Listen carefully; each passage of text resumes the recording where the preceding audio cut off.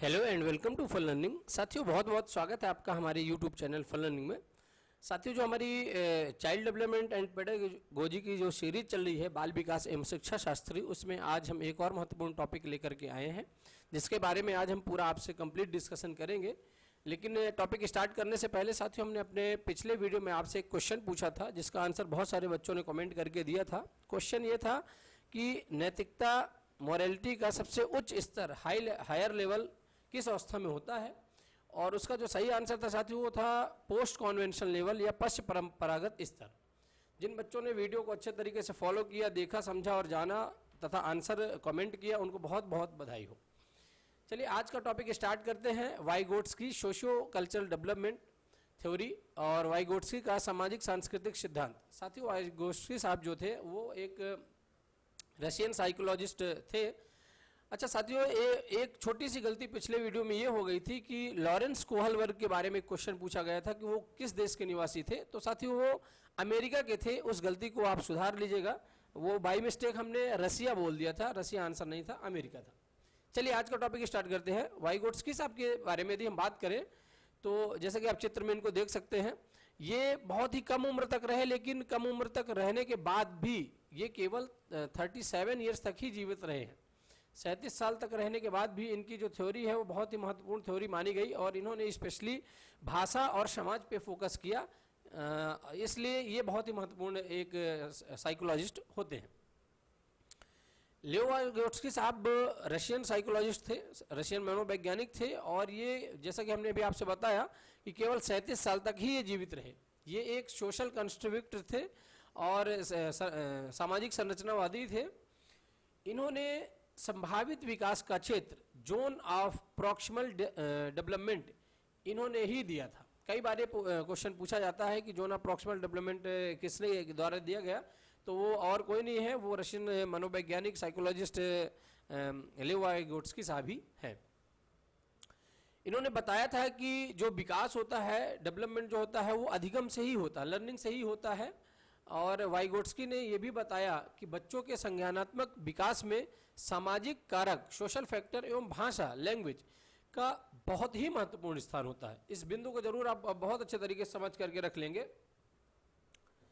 Direct ये question पूछा जाता है कि वाइगोट्स्की साहब ने किस पे ज़्यादा बल दिया है, तो उन्होंने सोशल समाज में और भाषा पे सबसे ज़्यादा बल दिया है। इसी के अपोजिट यदि हम बात करें तो जो जीन पियाजे थे वो थॉट्स पे, वो विचार पे उन्होंने फोकस किया था। इसलिए वाइगोट्स्की के संज्ञानात्मक विकास के सिद्धांत को सामाजिक सांस्कृतिक सिद्धांत भी कहा जाता है। अब साथियों हम बात करते हैं कि जोन ऑफ प्रॉक्सिमल डेवलपमेंट, जो समीपस्थ विकास का क्षेत्र होता है, इसका मतलब क्या होता है। तो इसका मतलब ये होता है कि जब बच्चे कोई काम करते हैं और वो उनको कठिन लगता है, वो उनके रेंज में नहीं होता, उनसे सॉल्व होने वाला नहीं होता है, तो वो अकेला नहीं कर सकता। तब क्या होता है कि जो बड़ा होता है व्यक्ति, जो वयस्क होता है, जो कुशल या जानकार होता है, स्किल्ड पेयर्स होता है, उनसे वो मदद करता है। यही जोन ऑफ प्रॉक्सिमल डेवलपमेंट होता है, जिसको हम स्कैफोल्डिंग या मचान भी कहते हैं। वाइगोट्स्की ने संज्ञानात्मक विकास, चाइल्ड कॉग्निटिव डेवलपमेंट में बच्चों की भाषा एवं चिंतन को भी बहुत ही महत्वपूर्ण साधन बतलाया है। साथ ही साथ में इनका मत ये था कि जो छोटे बच्चे होते हैं, भाषा का विकास सिर्फ उनका सामाजिक संचार के लिए नहीं किया जाता है, बल्कि इसका उपयोग लोग अपना व्यवहार को नियोजित एवं निर्देशित करने के लिए भी करते हैं। तो भाषा सिर्फ आपके सिर्फ आपका संचार के लिए बस नहीं है, वो अपना खुद का भी नॉलेज बढ़ाते हैं और अपने आप को भी गाइड करने के लिए भाषा का उपयोग करते हैं। बात करते हैं साथियों, मचान शब्द एक आता है जिसको हम स्कैफोल्डिंग कहते हैं। मचान का मतलब ये होता है कि जो आपको हेल्प देगा, जो ज़्यादा ज्ञानवान होगा वही तो आपको हेल्प देगा।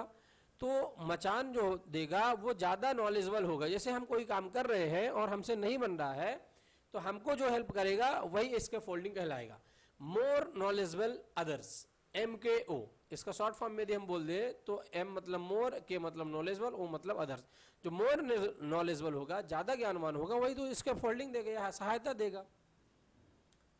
इसके फोल्डिंग जो मेथड थी साथियों, वो सबसे पहले ब्रूनर ने ही दिया था, और इन्होंने ये बताया कि जो समाज है, समाज जैसा समाज में होगा वैसा ही कोई भी बच्चा जो होगा तो वो सीखेगा।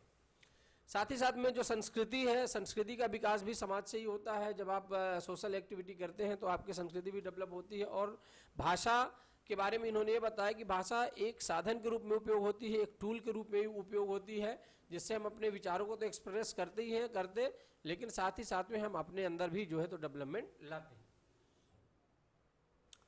वाइगोत्स्की साहब ने प्रमुख रूप से 3 प्रकार की स्पीच बताई है। इन्होंने सबसे पहले बताया कि सामाजिक भाषण या सोशल स्पीच। सोशल स्पीच की यदि हम बात करें साथियों, तो जो बच्चा होता है लगभग 2 साल की उम्र में वो सोसाइटी में बातचीत करने लगता है, घर में बातचीत करने लगता है, तो सोशल स्पीच उसके मुंह से होने लगती है। इसके बाद बात आती है कि निजी भाषण, प्राइवेट स्पीच। 3 साल में अब बच्चे क्या है, अपने आप में खुद ब खुद कुछ न कुछ बातें करते रहते हैं। आपने देखा होगा छोटे बच्चों को अपने घरों में कि वो कुछ न कुछ बातें अपने आप से ही वो करते रहते हैं।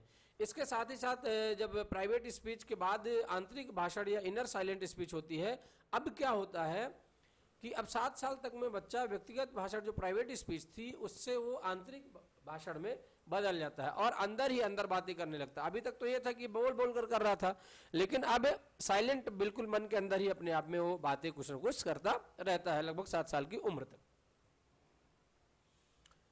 बच्चे आपस में ग्रुप्स में बहुत अच्छे तरीके से सीखते हैं। आप देखते हैं कि जब गैंग बन जाती है बच्चों की तो उनको सीखने में बहुत मजा आती है और बहुत अच्छे तरीके से किसी भी चीज़ को फॉलो करते हैं, एक दूसरे को कोऑपरेट करते हैं, सहयोग करते हैं। सहयोग से भी एक दूसरे के बहुत अच्छे तरीके से बच्चे सीखते हैं। अब यहाँ पर एक और महत्वपूर्ण बात आती है, जैसे इसके फोल्डिंग या मचान वही देता है जो ज़्यादा जानता है। जो मोर नॉलेजेबल पर्सन होगा, जो ज़्यादा जानने वाला व्यक्ति होगा, वो आपकी मदद करेगा। तो ये कुछ महत्वपूर्ण पॉइंट्स है जो उन्होंने डिस्कस किए। उन्होंने प्रमुख रूप से, वो एक सोशल कंस्ट्रक्टिविस्ट थे, सामाजिक संरचनावादी थे, तो उन्होंने ये बताया कि समाज का बहुत ही बड़ा रोल होता है। साथ ही साथ में उन्होंने ये भी बताया कि जो भाषा होती है, भाषा किसी भी बच्चे के विकास में बहुत ही महत्वपूर्ण होता है। सबसे पहले बच्चा भाषा सीखता है, उसके बाद उसके अंदर विचार आता है। लेकिन यदि हम इन्हीं के अपोजिट में बात करें जीन पियाजे साहब की, तो पियाजे साहब ने ये बोला था कि पहले विचार आता है फिर भाषा का डेवलपमेंट होता है। ठीक है ना। तो इस तरह से ये बहुत ही महत्वपूर्ण साइकोलॉजिस्ट है। इसके बाद बात करते कि वाइगोत्स्की के निकट विकास क्षेत्र ZPD में खेल का क्या महत्व है। जो बच्चे खेल खेलते हैं तो उसका क्या इंपॉर्टेंस है वो हम देखते हैं। जैसे आप डायग्राम देख सकते हैं, what can I do with help, what can I do, zone of proximal development. यहाँ पर क्या है कि जो MKO होगा, जो मोर नॉलेजेबल होगा, ज़्यादा जानने वाले होंगे, वो यहाँ पर बच्चे को मदद करेंगे। वाइगोत्स्की का मत था, उनका ओपिनियन था कि खेल बच्चों को अपने व्यवहार पर नियंत्रण एवं क्षमता देने वाला मानसिक उपकरण है।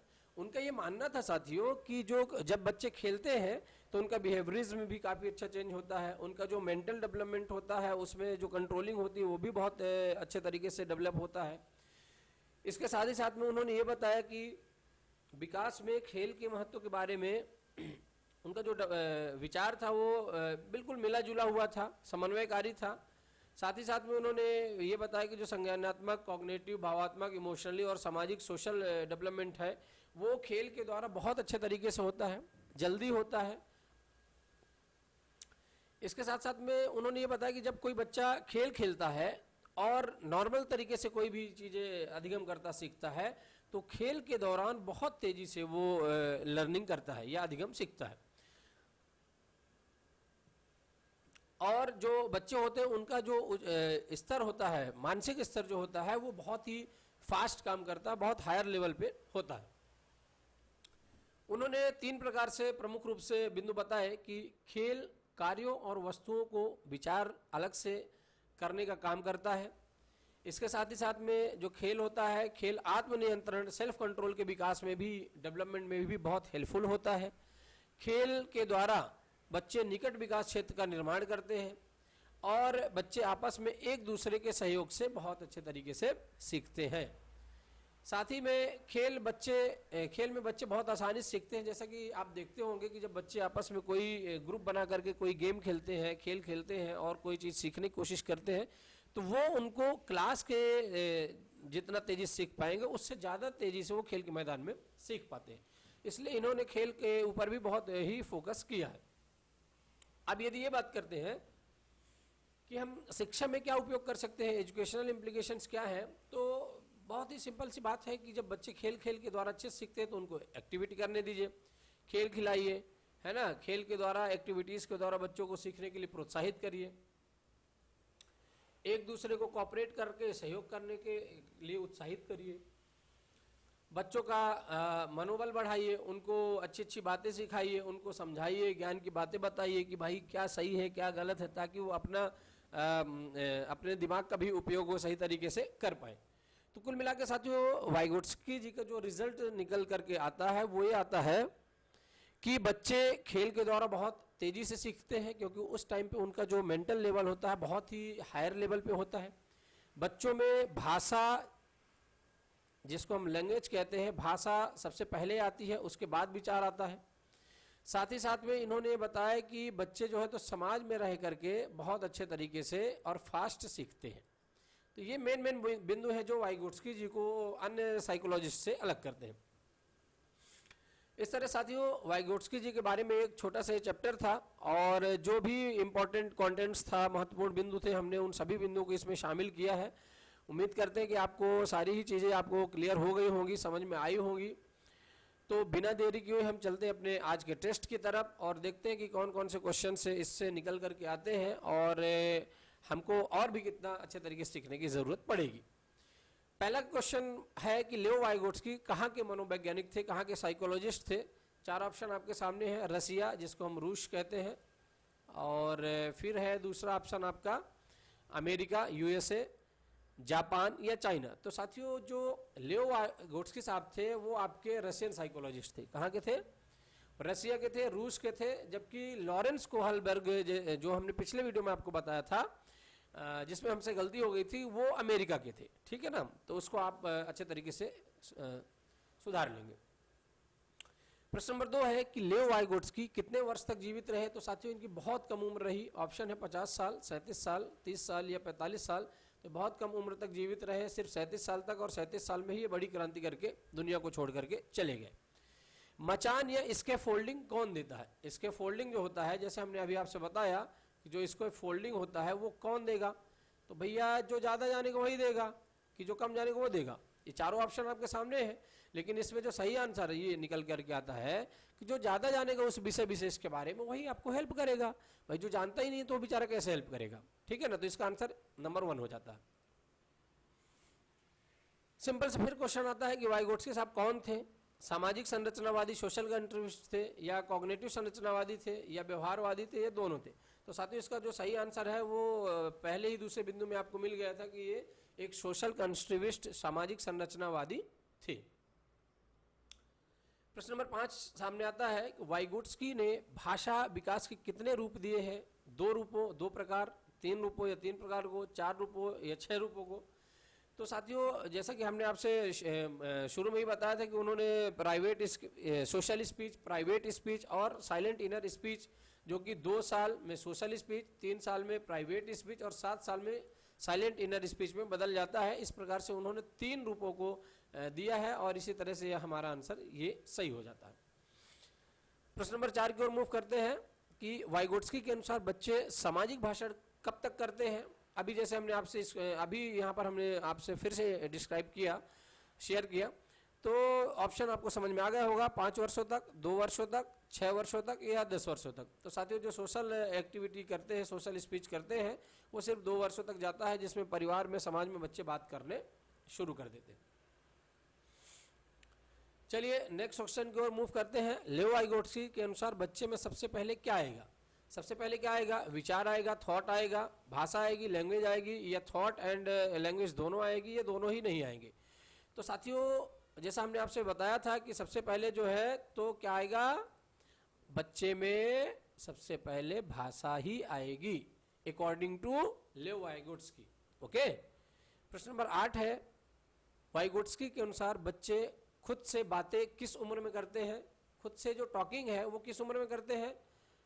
6 साल में, 5 साल में, 3 साल में, या 2 साल में? तो साथियों जब बच्चे खुद से बात करते हैं तो उसको हम बोलते हैं प्राइवेट स्पीच, और प्राइवेट स्पीच बच्चे और नहीं सिर्फ 3 साल में ही करते हैं, क्योंकि 2 साल में तो बच्चे सोशल स्पीच करते हैं, है ना, सामाजिक बातें, सामाजिक टॉकिंग होती है। 3 साल में बच्चे खुद से ही बात करने शुरू कर देते हैं। प्रश्न नंबर 9 की ओर मूव करते हैं। बुनियादी शिक्षा किसने दिया? लुइस ब्रेल ने, महात्मा गांधी ने, फ्रांसिस गाल्टन ने या मॉन्टेसनरी ने? तो साथी जो बुनियादी शिक्षा है, बेसिक शिक्षा है, जिसको मोरधाई स्कीम के नाम से भी जानते हैं, उसको M.K. गांधी, मोहनदास करमचंद गांधी जी के द्वारा दिया गया था।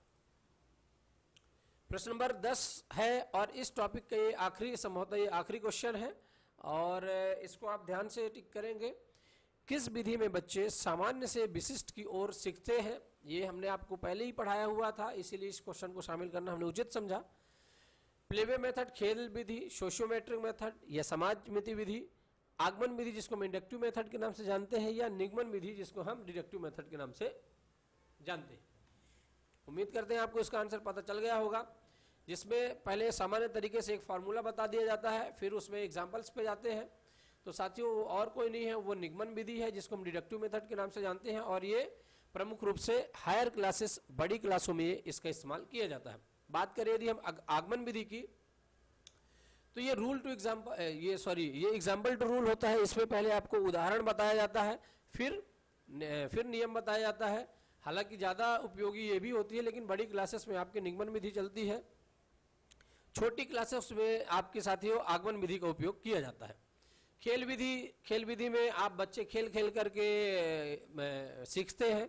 समाजमिति विधि, सोशियोमेट्रिक मेथड में बच्चे इसमें समाज में ज़्यादा एक्टिव रहते हैं और समाज की परंपराओं के अनुसार जो है तो वो सीखना शुरू करते हैं। इस तरह साथियों आज का हमारा जो पूरा कंप्लीट टॉपिक था और जो क्वेश्चंस थे वो सारे कंप्लीट होते हैं। हम उम्मीद करते हैं कि आपको हमारे पढ़ाए हुए, बताए हुए टॉपिक बहुत अच्छे तरीके से समझ में आ रहे होंगे, या कोई भी डाउट आपको होता है हमारे वीडियोस में, हमारी जानकारी में, तो आप हमसे बिना झिझक के कमेंट के माध्यम से पूछ सकते हैं। और कहीं कोई प्रॉब्लम होती है तो आप हमारे सोशल मीडिया हैंडल्स में भी अपने कमेंट्स छोड़ सकते हैं, फेसबुक में, आपका इंस्टाग्राम में, आपका यूट्यूब में, जहाँ भी आपको उचित लगता है आप वहाँ पर ज्वाइन करके PDF के लिए आप हमारा टेलीग्राम चैनल ज्वाइन कर सकते हैं और वहाँ पर आप कमेंट करके छोड़ सकते हैं अपना कमेंट। चलिए बिना देरी के हुए चलते हैं आज के क्वेश्चन की तरफ कि लेओ वाइगोट्स्की कहाँ के मनोवैज्ञानिक थे, किस कंट्री से वो बिलोंग करते थे। बहुत सिंपल सा क्वेश्चन है, इसका आंसर सभी को पता ही है, तो आप कमेंट करके इसका आंसर देंगे। और हम उम्मीद ये भी करते हैं कि आपको हमारी जानकारी बहुत अच्छे तरीके से समझ में आ रही होगी। जानकारी पसंद आए तो आप हमारे सोशल मीडिया हैंडल्स को जरूर ज्वाइन करें, जहां पर हम आपको समय समय पर अपडेट्स देते रहते हैं। फेसबुक में हमारा पेज है, फेसबुक में फन लर्निंग के नाम से। इंस्टाग्राम में आप फॉलो कर सकते हैं अनूप कुमार 1112। और स्पेशल रूप से जो जितने भी हम वीडियो बनाते हैं उसका PDF जो है तो हम साथियों आपके अपने फन लर्निंग टेलीग्राम चैनल में ज़रूर छोड़ते हैं, वहाँ पर शेयर करते हैं, जहाँ से आप PDF भी डाउनलोड करके बाद में भी जानकारी को अच्छे तरीके से रिवाइज कर सकते हैं। साथियों चैनल को ज़रूर सब्सक्राइब करें, कमेंट करें, लाइक करें, शेयर करें और अपने दोस्तों को, साथियों को, फ्रेंड्स को, घर में रिश्तेदारों को ज़रूर आप शेयर करें, ताकि जो जानकारी आप ले रहे हैं आपके साथ साथ वो लोग भी लें जिनको और भी ज़रूरत है। टीचिंग एग्जाम्स के लिए ये वीडियोस जो हम चाइल्ड डेवलपमेंट एंड पेडागोजी की लेकर आ रहे हैं, ये सारे ही इंपॉर्टेंट वीडियोस हैं। छोटे छोटे टॉपिक्स में उन महत्वपूर्ण बिंदुओं को शामिल करके हम ला रहे हैं जो आपको एग्जाम में आपकी बहुत ही मदद करेंगे। चलिए मिलते हैं साथियों फिर और नेक्स्ट अगले एक और वीडियो में जो बहुत ही मज़ेदार होगा। Be always positive and thank you.